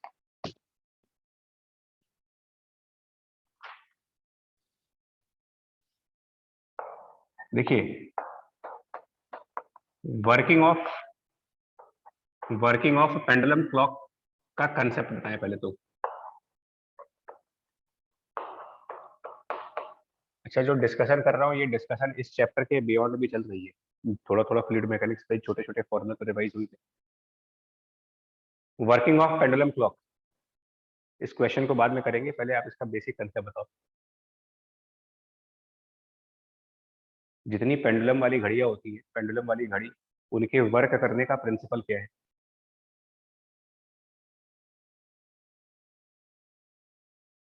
वो कैसे टिक टिक करके घड़ी आगे बढ़ती है, मतलब उसको उस घड़ी को कैसे मालूम चलता है कि कितने सेकंड्स हो गए?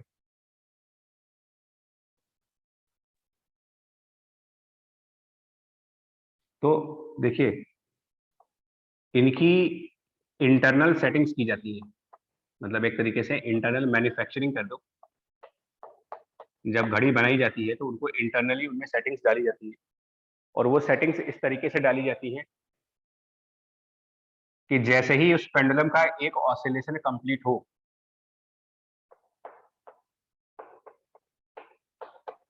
अब अलग अलग घड़ी में अलग अलग होता है। जो घड़ी हम लोग देखते हैं ना, जो हम लोग के घरों में जो घड़ी लगाई जाती है दीवार के ऊपर, उनको सेकंड्स पेंडुलम बोलते हैं, और उनके एक ऑसिलेशन के कंप्लीट होने का जो समय होता है वो 2 सेकंड्स का होता है।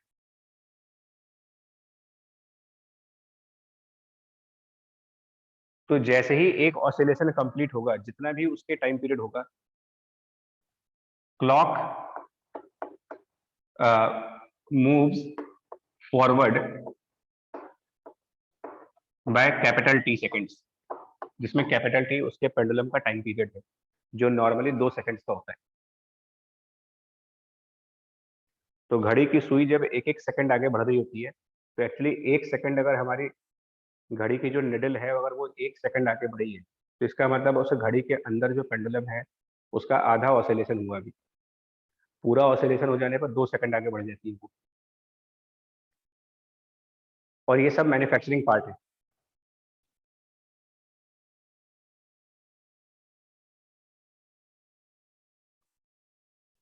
ठीक है, यहाँ तक ये बेसिक आइडिया आपको समझना पड़ेगा कि जब एक ऑसिलेशन पूरा होगा तो जितना भी टाइम पीरियड है उस घड़ी का, उस पेंडुलम का जो भी टाइम पीरियड है, उतने सेकंड्स हमारी घड़ी आगे हो जाएगी।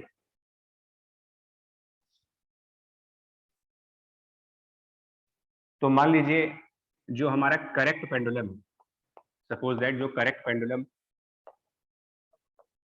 क्वेश्चन के हिसाब से करेक्ट पेंडुलम 20 डिग्री सेल्सियस पर है, क्वेश्चन के हिसाब से,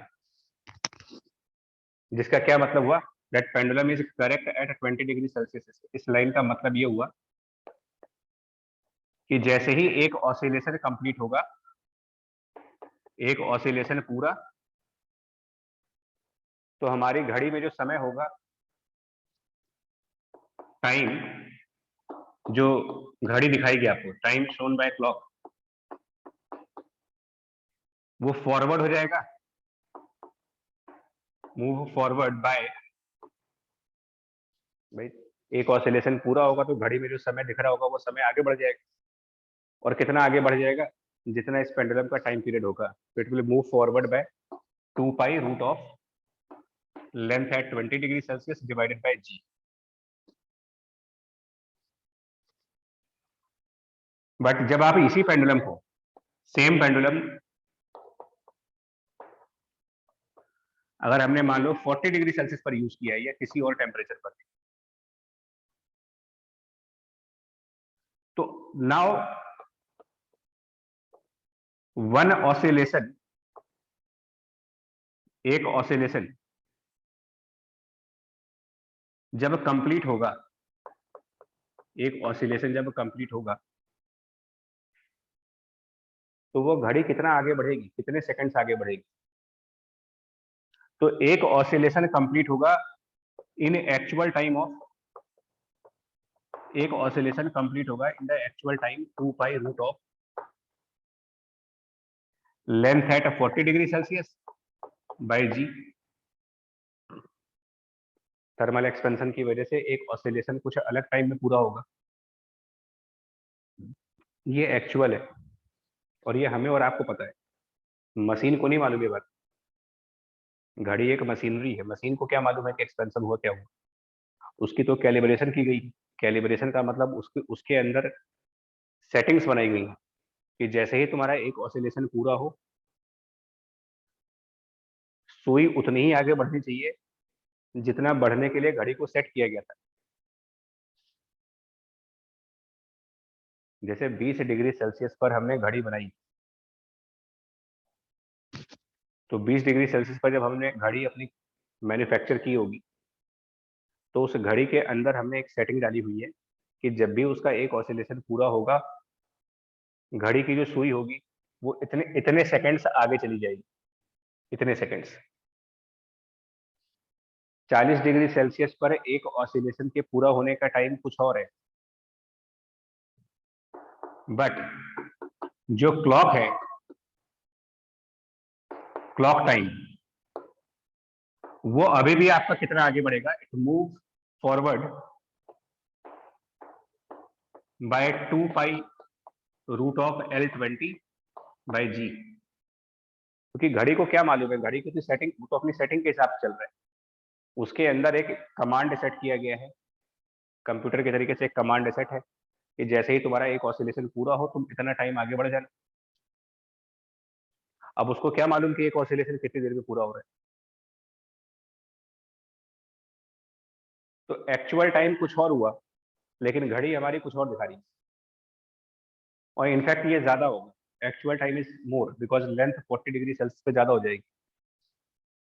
तो एक्चुअल में समय ज्यादा हो गया, लेकिन हमारी घड़ी की सुई एक्चुअल टाइम के हिसाब से आगे नहीं बढ़ पा रही। वो घड़ी की सुई जो आगे बढ़ेगी वो थोड़ा कम हो गई। क्या बोलेंगे, हमारी घड़ी फास्ट है कि स्लो है? फास्ट। स्लो। अरे स्लो घड़ी की सुई धीमे धीमे आगे बढ़ रही है, एक्चुअल टाइम से धीमे आगे बढ़ रही है। तो स्लो हो गई ना, स्लो वॉच कहो क्या? तो इसको लॉस ऑफ टाइम पे है कि गेन ऑफ टाइम पे है अगर घड़ी स्लो हो जाती है? जैसे loss loss of of time. Time. कैसे, किस चीज का लॉस हुआ आपके? मान लो आपने जो घड़ी पहनी है वो स्लो है, पूरी दुनिया में 3 बज रहे हैं और आपकी घड़ी में 2:30 बज रहे हैं, आधे घंटे पीछे चल रही है आपकी घड़ी। तो आपको नुकसान कैसे हुआ इसमें? भाई अगर हमारी घड़ी स्लो है, खराब है मान लीजिए, तो किस चीज, हमें क्या नुकसान हो रहा है इसमें?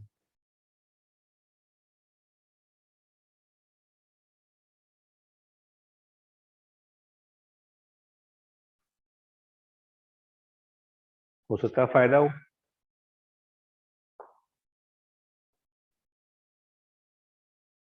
ये तो डिपेंड करता है कि उस खराब घड़ी के साथ किस सिचुएशन में बैठे हो।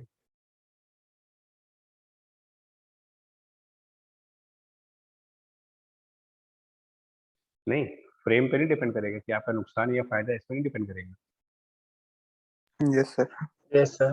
3 घंटे के पेपर में अगर इन्विजिलेटर की घड़ी खराब हो जाए, स्लो हो जाए, तो एक्चुअल में 3.5 घंटे हो गए होंगे, लेकिन इन्विजिलेटर की घड़ी आपको 3 घंटे दिखा रही है सिर्फ, तो आपको पेपर करने का ज्यादा समय मिल गया। ये आपका फायदा है।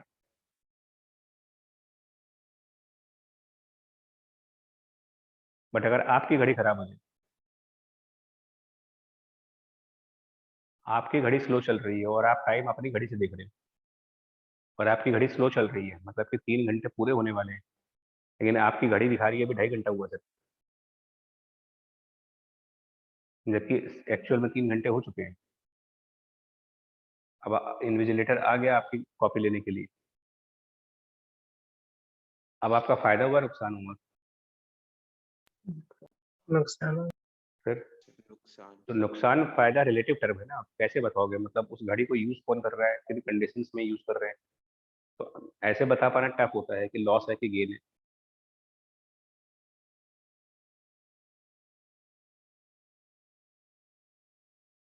बट क्वेश्चन के कंटेस्ट में, न्यूमेरिकल्स के कंटेस्ट में अगर आप बात करोगे तो लॉस और गेन का मतलब ये होता है, न्यूमेरिकल्स में पेंडुलम का लॉस या पेंडुलम का जो गेन होता है ना, वो होता है basically difference of these two time periods.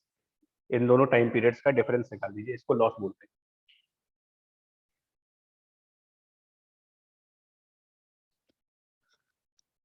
और ये थर्मल एक्सपेंशन में ही नहीं आता है, इसका एक न्यूमेरिकल एसएचएम में भी आता है। अगर इस कॉन्सेप्ट को समझ पाओ कि पेंडुलम की सुई, घड़ी की सुई, उसने एक तरीके से याद कर रखा है कि यार हमको इतना ही आगे बढ़ना है, चाहे दुनिया में कुछ भी हो रहा हो। उसको सिर्फ इतना पता है कि एक ऑसिलेशन कंप्लीट, चलो इतना आगे बढ़ जाते हैं। ये उसकी सेटिंग है।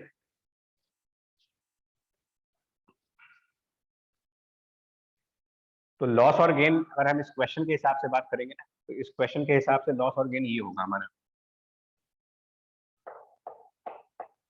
बिकॉज ये बता पाना तो टफ है कि लॉस है कि गेन है, वो तो डिपेंड करता है हम किसके फ्रेम ऑफ रेफरेंस से देख रहे हैं इसको।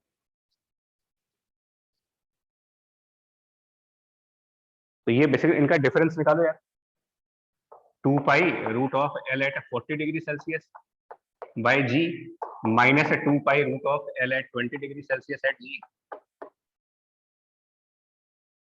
और अगर हम इसको परसेंटेज वाइज निकालना चाहें, मतलब दिस इज द लॉस और गेन, मैक्सिमम आपसे ये पूछा जाता है लॉस और gain in one complete day, मतलब दिन भर का नुकसान कितना हुआ हमारा। तो ये जो लॉस हुआ या जो गेन हुआ डिवाइडेड बाय दिस लॉस और गेन डिवाइडेड बाय, क्या करेंगे, divided by 2 pi root L by g, जो टाइम पीरियड है उसका। मतलब एक तरीके से लॉस और गेन पर सेकंड निकाल रहे हो आप। मतलब इतना टाइम आगे बढ़ने में नुकसान हुआ ना मेरा। हम घड़ी जो है, सपोज करिए ऐसे, फॉर एग्जांपल ये वैल्यू 2 सेकंड है और ये वैल्यू 3 सेकंड है। तो 3 सेकंड में ऑसिलेशन पूरा हो रहा है, लेकिन घड़ी आपकी 2 सेकंड आगे बढ़ रही है, तो 1 सेकंड का नुकसान हुआ यहाँ पर, क्योंकि एक्चुअल में 3 सेकंड के बाद ऑसिलेशन पूरा हुआ, लेकिन घड़ी अभी भी 2 सेकंड नोट कर रही है। तो घड़ी ने 2 सेकंड का टाइम दिखाया और उसमें 1 सेकंड का लॉस हुआ। तो 1 सेकंड का लॉस हो रहा है इन 2 सेकंड्स, तो दिस डिवाइडेड बाय ये हो गया लॉस पर सेकंड। और एक कंप्लीट डे में निकालने के लिए नंबर ऑफ सेकंड से मल्टीप्लाई करो, एक पूरे दिन में कितने सेकंड्स होते हैं उससे मल्टीप्लाई करेंगे इसको, वो होता है शायद 86400 number of seconds in one complete day. अब साल भर महीने भर में पूछा जाए तो उस हिसाब से मल्टीप्लाई करेंगे। मतलब ये टर्म लॉस और गेन पर सेकंड है, लॉस और गेन पर सेकंड। ये सब कुछ कैंसिल वैंसिल हो करके length at 40 upon length at 20 to the power half -1 and multiplied by this much. और length at 40 upon length at 20 को थर्मल एक्सपेंशन से इसको लिखेंगे, तो it is length at 20 and length at 40 will be written as length at 20 times 1 plus alpha delta T. और इसकी जो power half लगी हुई है, उस हाफ पावर को बाइनोमियल अप्रोक्सीमेशन में लगा देंगे। तो ये 1 plus half after binomial approximation -1 into ये, बाकी ये कैंसिल हो जाएगा, 1 से 1 भी कैंसिल हो जाता है, and finally it is half alpha delta T into 86400। तो ये क्वांटिटी कहलाती है लॉस और गेन पर सेकंड।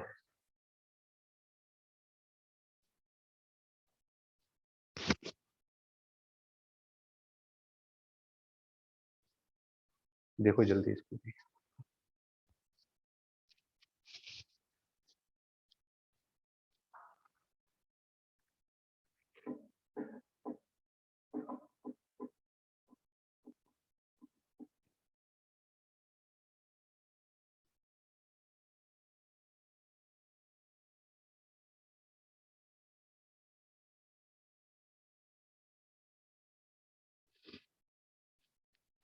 हुआ क्लियर?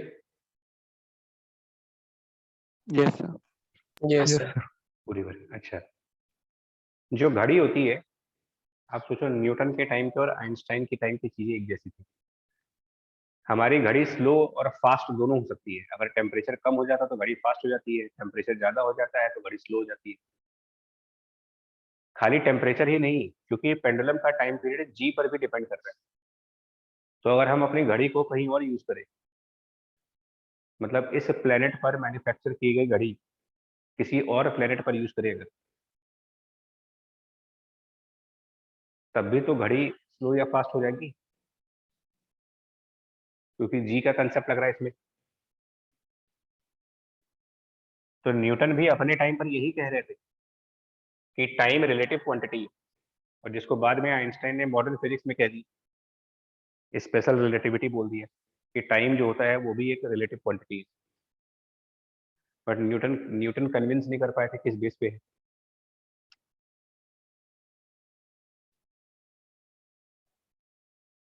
जैसे कि अगर कहा जाए कि कोई एक लिफ्ट है और ये 0 वेलोसिटी से स्टार्ट हो, और लिफ्ट के अंदर कोई पेंडुलम क्लॉक है, इस लिफ्ट में पेंडुलम क्लॉक लगी हुई है।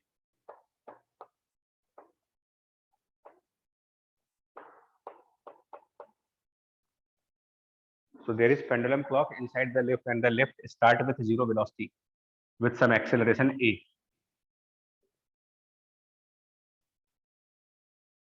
And suppose ये लिफ्ट 10वें 20वें किसी फ्लोर तक चली गई, जो भी है, मान लो h हाइट तक गई, तो ये जो पेंडुलम क्लॉक टाइम शो कर रहा होगा यहाँ पर, मतलब सपोज ये टाइम t = 0 है, एंड दिस क्लॉक जो पेंडुलम क्लॉक है वो हमें शो कर रहा है कि टाइम की वैल्यू स्मॉल टी है। पेंडुलम क्लॉक आपको स्मॉल टी शो कर रहा है कि now the time is T. जबकि काइनेमेटिक्स क्या कहती है? काइनेमेटिक्स ये कहती है कि अगर आपने h डिस्प्लेसमेंट कवर किया है तो it should be half of at², because अगर इनिशियल वेलोसिटी 0 है तो काइनेमेटिक्स के हिसाब से टाइम की जो वैल्यू बनेगी, according to kinematics the time is √2h/a।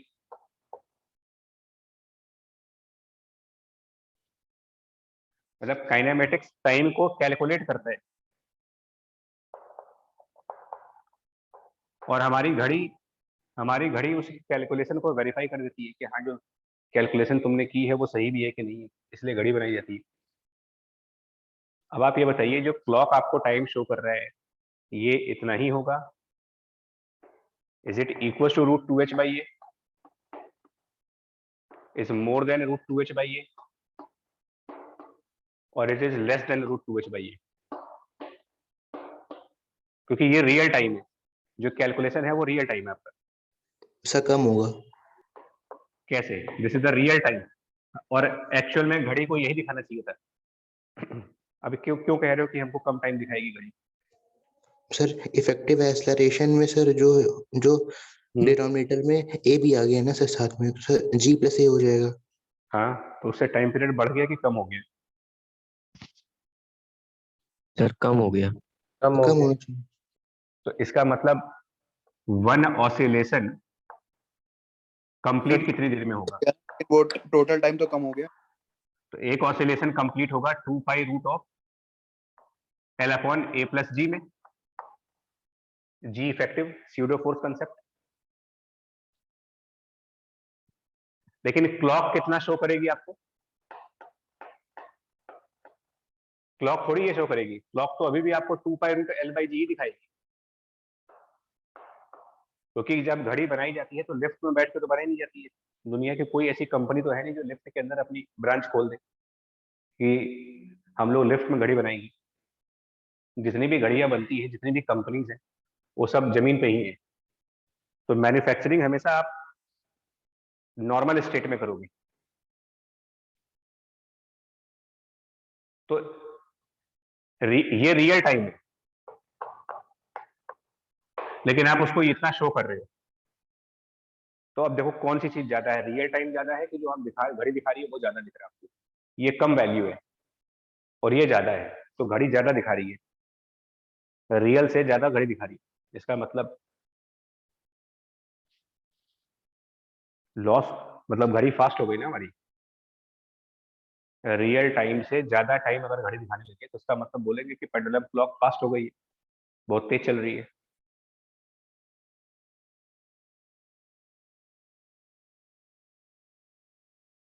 यानी इसका बी वाला ऑप्शन बनेगा, √2h/a से ज्यादा समय दिखेगा उसमें। और कितना दिखेगा, अगर पूछा जाए कि ये घड़ी क्या टाइम दिखाएगी, तो यहां से आप देखो ना, रियल टाइम और जो टाइम घड़ी दिखा रही है उनमें रिलेशन क्या बन रहा है। अगर हम रेशियो फाइंड कर लें तो रियल टाइम और जो टाइम दिखाया जा रहा है घड़ी में, अगर इनका रेशियो फाइंड करें, real time minus on time, क्या रेशियो बन रहा है देखिए। रियल टाइम और जो घड़ी में दिख रहा है उसका टाइम, मतलब इसको इससे डिवाइड करें तो ये √g/a+g आएगा। यही चीज यहाँ मल्टीप्लाई कर दो, this is the real time. Real time मतलब जो कैलकुलेशन से आ रही है, क्योंकि जो मशीन दिखा रही है उसको रियल कैसे मान सकते हैं, मशीन खराब भी हो सकती है। तो जो क्लॉक शो करेगा वो होगा रियल टाइम इंटू √a+g/g। हमें जो टाइम दिखा रहे हैं वो पूछा जा रहा है, और real time is √2h/g। So time shown by the clock तो इतना आएगा।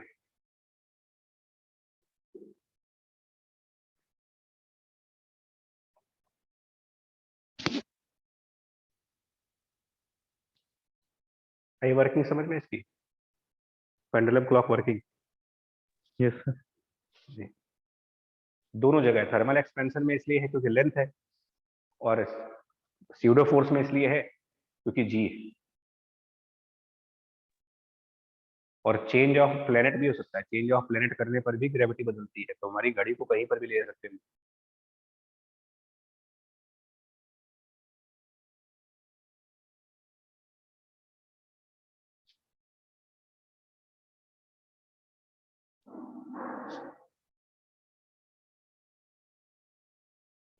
और एक चीज आती है, एक टॉपिक कल हमसे मिस हो गया था, वो था कि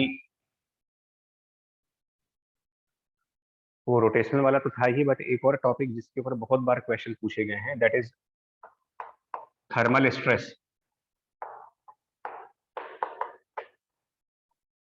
मतलब इसको इलास्टिसिटी चैप्टर में भी लाते हैं, थर्मल एक्सपेंशन का क्वेश्चन इलास्टिसिटी चैप्टर के साथ भी आता है।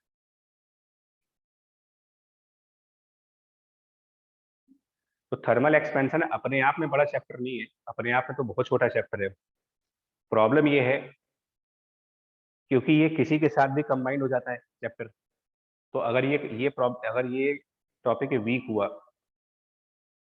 तो कोई ऐसा न्यूमेरिकल जिसमें थर्मल एक्सपेंशन का एक छोटा सा एप्लीकेशन है कहीं, वो पूरा न्यूमेरिकल स्पॉइल कर देगा ही, पूरा न्यूमेरिकल। मतलब इसकी खुद की तो ज्यादा वैल्यू नहीं है, लेकिन दूसरे न्यूमेरिकल में घुस घुस करके ये उनको टफ कर देता है।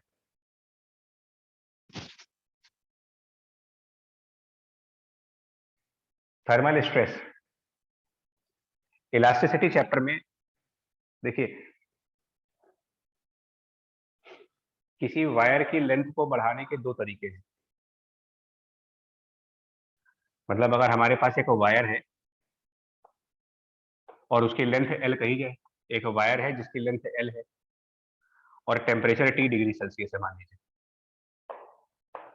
और हम चाहते हैं कि इसकी लेंथ बढ़े, हम लोग चाहते हैं इस वायर की लंबाई बढ़ा दें, तो एक तो तरीका है कि खींच खींच के बड़ा कर दो,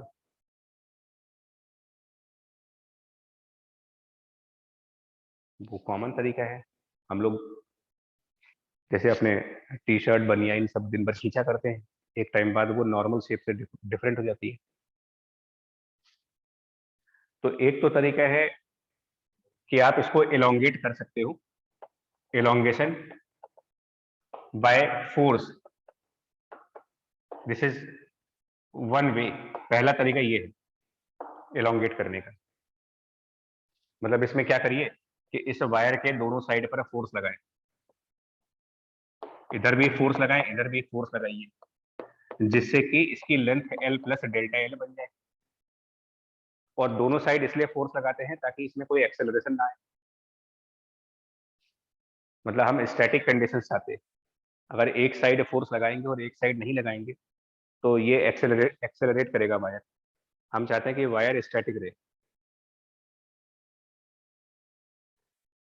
तो ऐसे में ये बताया जाता है हमें कि force divided by this cross sectional area, है ना, इसको एक फिजिकल टर्म बोलते हैं स्ट्रेस। और change in length by the original length, इसको भी एक फिजिकल क्वांटिटी बोलते हो, स्ट्रेन। और इन दोनों में एक रिलेशन होता है with the help of Young's modulus, stress बराबर Young's modulus into strain. Actual में स्ट्रेस जो डिफाइन किया जाता है वो आपके अप्लाइड फोर्स पर नहीं होता, it is not the external force जो आप लगा रहे हो। एक्चुअल में क्या होता है कि जब आप इस वायर को स्ट्रेच करते हो तो ये वायर आपके फोर्स के अपोजिट इंटरनल फोर्स लगाता है, ये वायर फोर्स लगाएगा। और न्यूटन लॉ वाले चैप्टर में इसी फोर्स ऑफ वायर को टेंशन फोर्स का नाम दिया गया था। एनएलएम चैप्टर में स्ट्रिंग और वायर्स में जिसको टेंशन फोर्स बोलते थे, क्योंकि अगर आप नोटिस करेंगे ना तो स्ट्रेस और टेंशन एक तरीके से सिनोनिम्स हैं। टेंस होना और स्ट्रेस होना दोनों का मतलब एक ही है। तो अगर एक वायर में स्ट्रेस है तो इसका इनडायरेक्ट मतलब ये भी है कि उस वायर में टेंशन फोर्स है।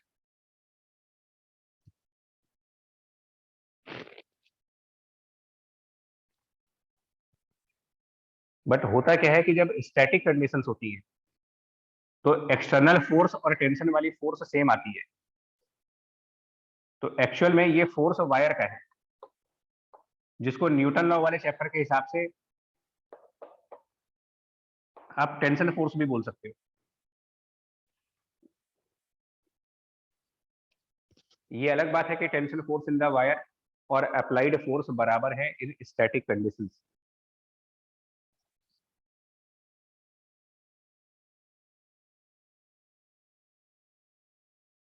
ठीक है, यस सर। ठीक। Elasticity, yes sir. मतलब इलास्टिसिटी चैप्टर के हिसाब से एक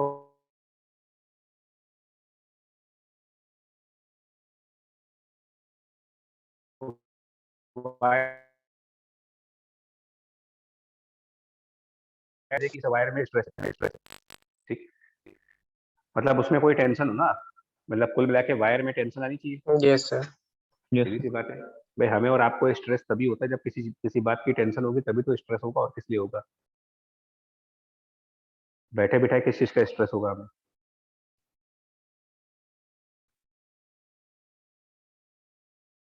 ये एक तरीका है। दूसरा तरीका क्या है? Elongation by force, this is one way. दूसरा है हीटिंग। आपको लेंथ बढ़ानी है तो फोर्स क्यों लगा रही है, इसको हीट कर दो, टेम्परेचर बढ़ा दो इसका, let T plus delta T, आराम से ये वायर एक्सपेंड होगा। इसकी length L plus delta L हो गई, and this time delta L बराबर L multiplied by alpha multiplied by delta T, this is thermal expansion. तो एक लेंथ को बढ़ाने के दो रास्ते हैं, एक मैकेनिकल तरीका मैकेनिक्स के थ्रू, और एक थर्मल मेथड है। जब थर्मल तरीके से हम लेंथ बढ़ाएंगे, मतलब हीट करके, गर्म करके उसकी जब लेंथ बढ़ाओगे, तो इस क्वेश्चन में पूछा जाए कि what is the stress, what is the strain? Sir stress 0 हो जाएगा। स्ट्रेस और स्ट्रेन 0 हो जाएंगे। Yes sir. दोनों जीरो आएंगे। Yes sir. आप खाली फॉर्मूले से मत देखो delta L by L. Delta L by L strain तब होता है जब इसे डेल्टा एल का कॉज, इसका कॉज मैकेनिकल हो। स्ट्रेस मैकेनिकल कॉज से आता है, थर्मल कॉज में कोई स्ट्रेस नहीं आता, बिकॉज हीट करने पर लेंथ बढ़ना ये नेचुरल प्रोसेस है। खींच करके लेंथ बढ़ाना ये नेचुरल नहीं है। तो जितनी भी प्रोसेसेस है नेचुरल तरीके से हो रही, उनमें बिल्कुल स्ट्रेस नहीं है। हमारे स्पिरिचुअल गुरु हमेशा ये बोलते हैं कि भैया अगर आप स्ट्रेस फ्री होना चाहते हो तो बिल्कुल नेचुरल लाइफ जियो, जिंदगी में कोई स्ट्रेस नहीं होगा, चले जाओ हिमालय पे, एकदम स्ट्रेस फ्री हो गए, सब मोह माया छोड़ दीजिए। Thermal expansion is natural process. Sir इसमें वर्क डन कितना होगा?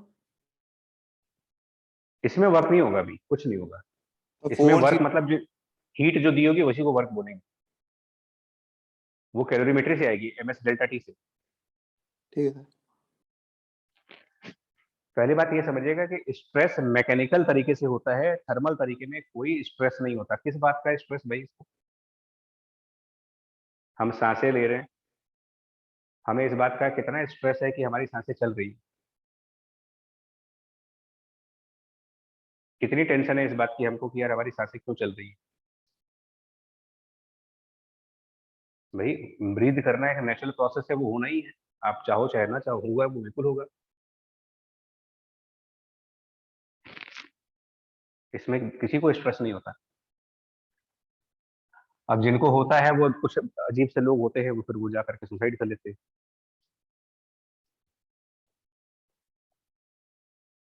नो देखिए, इसमें स्ट्रेस कब आएगा? जब आप एक वायर को, मतलब एक एल लेंथ हो, T डिग्री सेल्सियस का वायर हो, और उसको हम दोनों साइड पर क्लैंप कर दें, क्लैंपिंग कर दीजिए, एंड नाउ इसको हीट करो,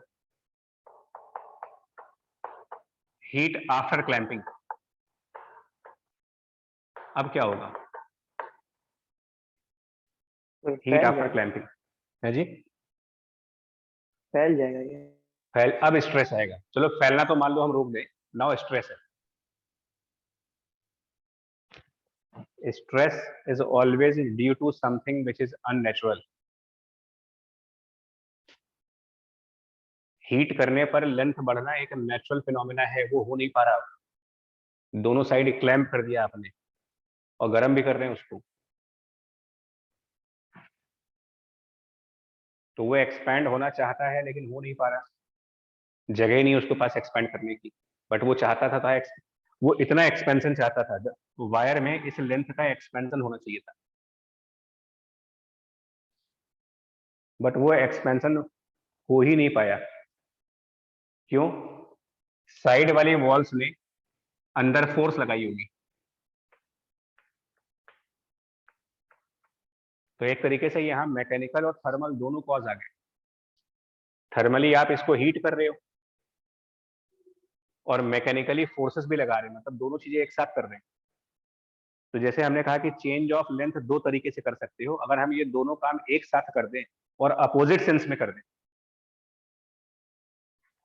मतलब मैकेनिकली हम लेंथ को बढ़ाएं और थर्मली हम लेंथ को बढ़ाएं और मैकेनिकली हम लेंथ को कम कर दें, तो ये दोनों कंपनसेट हो जाएंगे। और यही चीज यहाँ पे होती है, जो थर्मल एक्सपेंशन हीट करने से होना चाहिए था, ये साइड वाले फोर्सेस उतने कंप्रेशन प्रोड्यूस कर रहे हैं।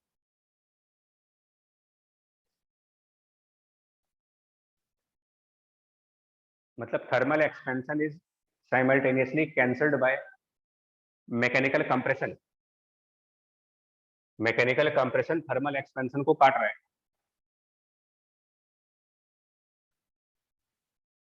और क्योंकि यहाँ मैकेनिकल फोर्स लगी हुई है, तो now we can say that the force by area is Young's modulus upon length, change of length. ये मैकेनिकल फोर्सेस उतना ही कंप्रेशन डाल रहे हैं जितना थर्मल एक्सपेंशन हो रहा है, वो ये है L अल्फा डेल्टा T, और इसको बोलते हो थर्मल स्ट्रेस।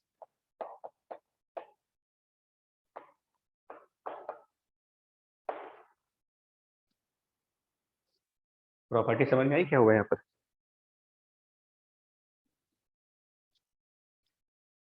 Yes sir. दोनों, हाँ जी, मतलब heating of a clamp rod या फिर किसी बॉडी को कंस्ट्रेंट करके हीट करो, वो है थर्मल स्ट्रेस। कि हम एक तरफ तो उससे कह रहे हैं कि जाओ तुम्हारी लेंथ बढ़ जाए, एक तरफ उसको गर्म कर रहे हैं कि जाओ लेंथ बढ़ा लो, और दूसरी तरफ मैकेनिकल तरीके से उसकी लेंथ को बढ़ने से रोक भी रहे हो। ये है स्ट्रेस का कॉज। जैसे कि सर पर ये बेंड भी तो हो सकता है। बेंडिंग को छोड़ दीजिए, बेंडिंग पार्ट अलग से देखिए, बेंडिंग भी पॉसिबल है, होने को तो बहुत कुछ हो सकता है इसमें। और ये खाली यहीं पे नहीं होता, जैसे मान लो अगर हमारे पास एक स्फीयर है, सॉलिड स्फीयर टाइप की चीज, जिसका वॉल्यूम V है, और इसके चारों तरफ है ना, इसका वॉल्यूम V है, और इसके बाहर एक्सटर्नल प्रेशर है कुछ, एक्सटर्नल प्रेशर इसका P0 है। तो एक बार बताइए, अगर हम बाहर वाला प्रेशर बढ़ाएं, एक्सटर्नल प्रेशर को इंक्रीज करें, स्फीयर के बाहर और ज्यादा प्रेशर डालें, वॉल्यूम बढ़ेगी कि कम होगी? कम हो जाए। कम होगी। और साइमल्टेनियसली इसको हीट कर दें, मतलब दो काम साइमल्टेनियस करो, हीट भी करो इसे डेल्टा T डिग्री सेल्सियस तक, और साथ ही साथ एक्सटर्नल प्रेशर बढ़ा दिया जाए डेल्टा P से, और ये दोनों इस तरीके से एडजस्ट किए जाए दैट वॉल्यूम रिमेन्स कांस्टेंट। क्या मतलब हुआ इस बात का? स्ट्रेस डेवलप हो जाएगी। स्ट्रेस आई, इसका मतलब वो जो एक्सटर्नल प्रेशर आपने बढ़ाया था उससे कितना वॉल्यूम बदला होगा? हमने हीट किया, तो हीट करने से वॉल्यूम कितना बढ़ा होगा? Change in volume. और अब इन क्वेश्चंस में हम लोग फॉर्मूला लगाते हैं बल्क मॉडुलस। बल्क मॉडुलस को डिफाइन किया जाता है minus times change of the pressure divided by change in volume upon the original volume. तो now you will say that the bulk modulus equals to minus times the change in pressure, वो तो ठीक है delta P। जो pressure बढ़ाया उसने कितना volume change किया है, तो प्रेशर को बढ़ा करके हमने थर्मल एक्सपेंशन वाली वॉल्यूम को कंपनसेट कर दिया। तो जो थर्मल एक्सपेंशन का चेंज ऑफ वॉल्यूम होगा उसको लिखेंगे V into 3 alpha into delta T। But pressure बढ़ा करके हमने थर्मल एक्सपेंशन को कैंसिल आउट किया है, मतलब कि थर्मल एक्सपेंशन से जो वॉल्यूम बढ़ना चाहिए था वो प्रेशर बढ़ा करके कम किया गया है, तो डेल्टा V का साइन नेगेटिव है, and this divided by V। इससे बल्क मॉडुलस वगैरह निकाल सकते हो, चेंज इन प्रेशर निकाल सकते हो। आइडिया कुल मिला करके ये है कि मैकेनिकल और थर्मल दोनों चीजें एक साथ लगाओगे और डिस्ट्रक्टिव तरीके से लगाइए कि एक दूसरे को वो अपोज करें, तो हो सकता है कि कोई एक्सपेंशन ही ना हो। सर तो ऊपर वाले केस में डेल्टा L भी नेगेटिव होगा? नहीं, वो तो खैर कंप्रेशन था, आप मॉड एफ कर लो, बिल्कुल नेगेटिव ही होगा।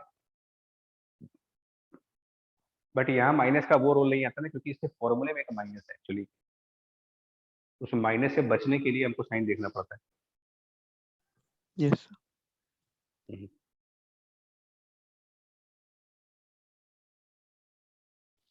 तो इतना रिवाइज करो, देखो इसमें काफी चीजें हैं, खाली थर्मल एक्सपेंशन के एंगल से मत देखना इसे। आज के टॉपिक में कई सारी चीजें हैं जो छोटी छोटी पॉइंट्स होते हैं, पेपर इससे भी अपना हो जाएगा, बहुत छोटे छोटे आर्टिकल्स टच हुए इसमें।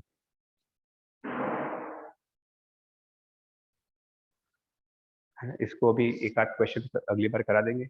No calorimetry.